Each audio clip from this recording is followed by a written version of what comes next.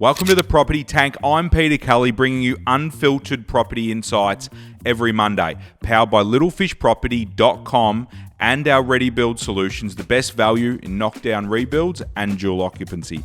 You can book a call with me anytime. The QR code is on the screen. And for all you property nerds out there, join the Little Fish Network.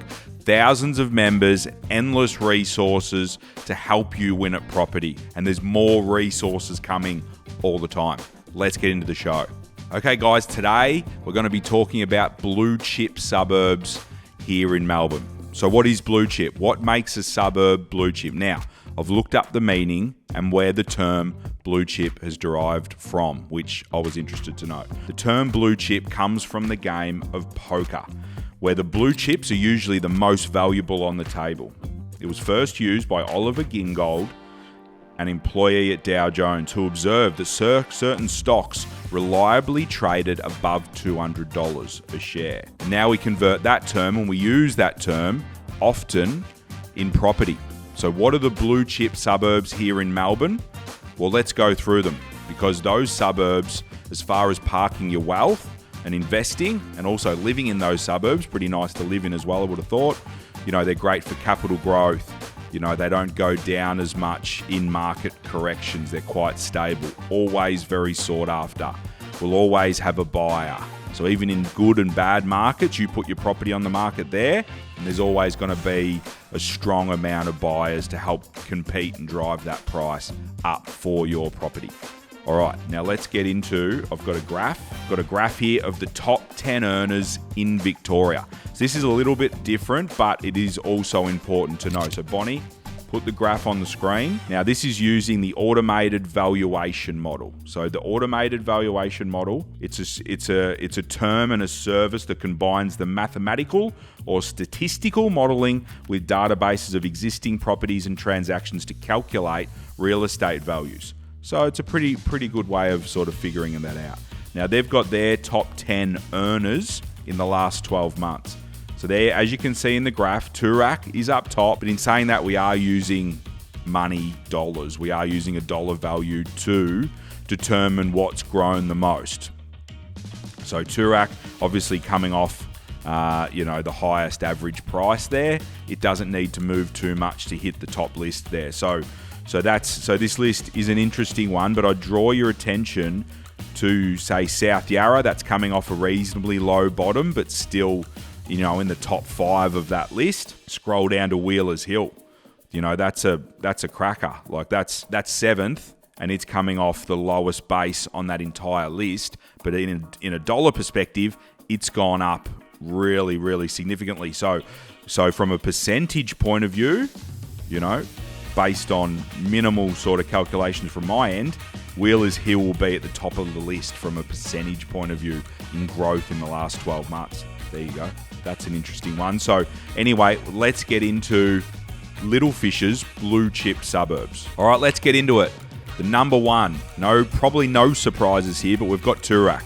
Toorak's got an amazing name, an amazing brand, and it is super sought after. And you have the likes of the top professionals and money earners and people that have sold businesses and all these sort of people. They do find a safe haven in Toorak, and it does break the records. I think a couple of episodes back, Power, we had the most expensive sale in Australia in Toorak.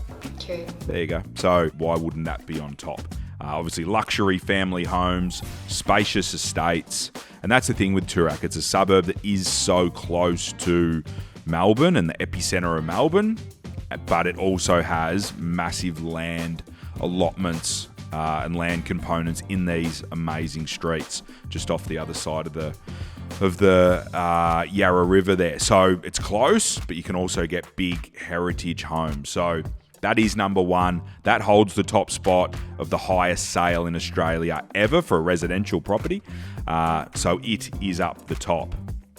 Moving along to number 2, Brighton. We love Brighton here at the Fish. It's probably more Bayside. It's a little bit further out than your South Yarras and your Tooraks that are close to Melbourne. But it has got that Bayside feel. Again, has got the big land allotments, has got some heritage through there, which is always valuable. Some amazing streets, but for me, it's really that bayside element that elevates it. So if Turak's not your thing, which would be a pretty strange thing, but if you like to be more the water, you like to have access to that beach and walks and running and exercise near the beach, no doubt you probably head more to your Brighton, than those inner city suburbs. But yeah, beachfront mansions, period homes. Also, you've got modern developments, modern townhouses, modern homes. How far from Brighton to city? Oh, question without notice, Bonnie. Thank you. It's probably a 25-minute drive, I'd say. 25-minute drive. No traffic, you might be down 15, 20. But yeah, you'd allow sort of 20, 25. But with your Turaks and your South Yarras, no traffic, 5 minutes, bang, in. So Brighton is a little bit away compared to these other blue chip ones, but it has got the luxury of the bay and the period homes and the beachfront mansions. Not bad.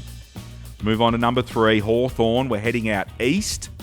Beautiful tree-lined streets, beautiful real estate, Victorian homes, Californian bungalows, modern apartment blocks that pop up. There is a few developers out there that, put in the apartments for the downsizers, which they happen in Hawthorn, they happen in Turak, they happen in Brighton. But yeah, definitely your Hawthorns. You got direct train access into the city, tram access into the city through there. But yeah, these downsizer apartments are definitely a thing. But also these big Victorian homes, Californian bungalows that have been renovated on these massive blocks of land. And it's got a lot of the heritage overlays through suburbs like Hawthorn, which protect the real estate because it's worth protecting. It's beautiful in these beautiful streets. So that's our third blue chipper. All right, number 4, we've got Kew. So out to the east a bit, just out the Eastern Freeway there, get off the first exit, I think, get off at Chandler, and in you go. So Kew's a decent-sized suburb. Again, it's got the old period homes, it's got the big blocks. You see a lot of tasteful knockdown rebuilds through there. It's got great schools through there. Even the other suburbs I've listed above number 4, Kew. It's definitely got the good schools as well, but the schools through Kew are super, super sought after. But amazing suburb, great access straight into the city on the eastern, or you can take one of the other arterials through your Richmonds and through those to get into the city. So, a ripper one, great schools, and yes, very big fan of Kew. Here we are, number 5, Albert Park. I was in Albert Park last week. Stopped for a coffee in one of those nice little coffee shops to do some work. Albert Park's one of my favourites. It has actually got, last time I checked, which was a little bit ago, which I don't think it would have changed, the highest square metre value of any real estate here in Melbourne. Simply because, and higher than Turak, simply because all its properties and its average size property, much, much smaller than all these suburbs I've just mentioned. You've got Albert Park, a lot of single fronted terraces, a lot of, say, 200 square metre, little 2-3 bed renovated homes, but beautiful little pocket wedged between the CBD and the beaches. So it's sort of got the best of both. But yeah, quiet little suburbs, great little schools. Really, really nice part of Melbourne. Definitely like Albert Park. Let's get on to 6. We're back out east. We've gone to Camberwell. Camberwell again, it's got the big blocks, it's got the good schools. It's probably you're getting a bit further out, so you are getting more affordable than your Brightons, your Turaks, your Hawthorns as well. Camberwell's closer to Hawthorn, but a little bit further out. So you are getting that bit more, that bit more affordable property there, which can get people in if you can't afford these other suburbs. But Camberwell always been a ripper. Great streets, tree-lined streets. Again, great schools, villages, all these sorts of things. And again, great access into the CBD. All right, number 7, Balwyn. We're still out that way. Lots of good schools out there. Gav Guru would want me to mention the Balwyn High School Zone, Balwyn Secondary College, very sought after. The thing is, let's not underestimate schools, because parents who have kids, a lot of the decisions they make are based on what's best for their kids.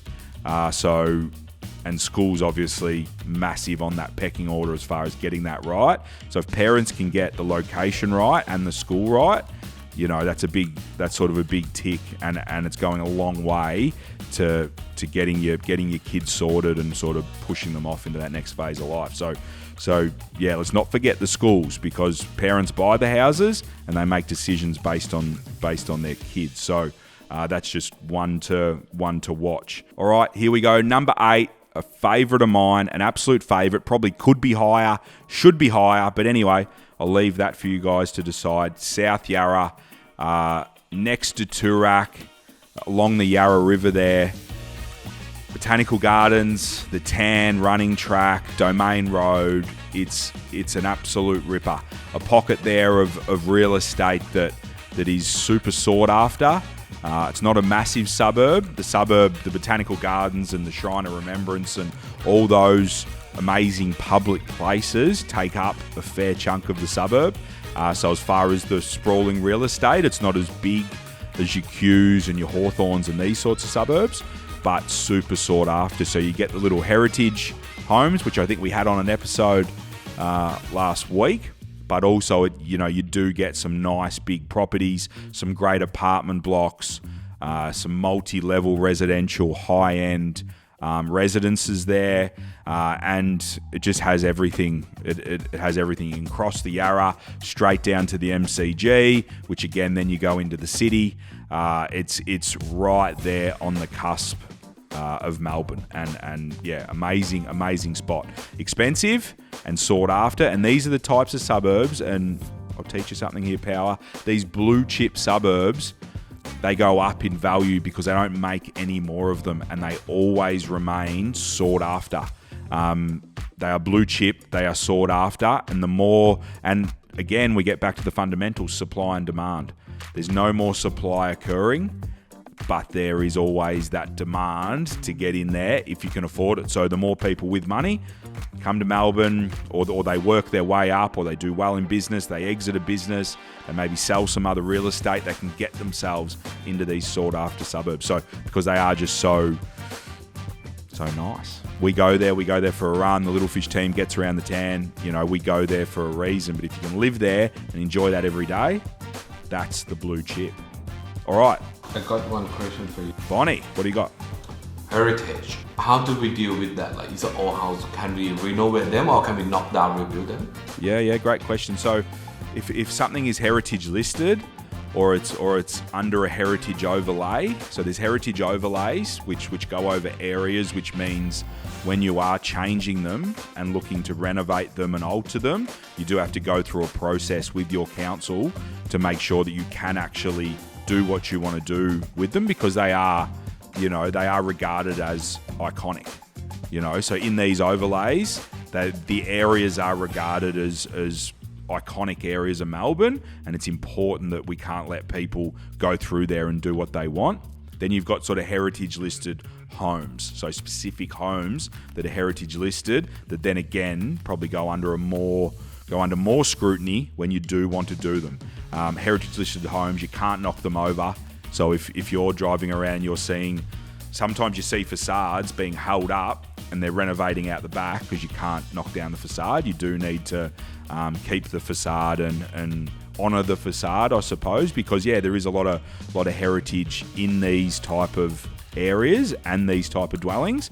But in saying that, when people renovate these heritage homes, they're worth too much to knock over anyway. They're in these areas where you don't want to knock them over. You do want to renovate them, because that value at the end, a renovated heritage home versus a knockdown rebuild, the heritage home will always beat and outperform something brand new. My opinion, but very sure I'm right. But over the long term, those period homes, again, supply and demand, they're not making any more of them. You can't make any more of them. They were built 100, 150 years ago. So you can't make any more of them, but always super sought after to have a beautiful heritage home. All right, guys, you tell me, what are the blue suburbs that you think we missed? And what are your favourite ones in that list, and why? And where would you like to live if money wasn't an issue? This Thursday, Claire's back, Development Tank. Got some great topics there, guys, so make sure you tune in for that. hit the bell notification so you don't miss a thing. All right, guys, that's it. Have a great week in property. Till next time.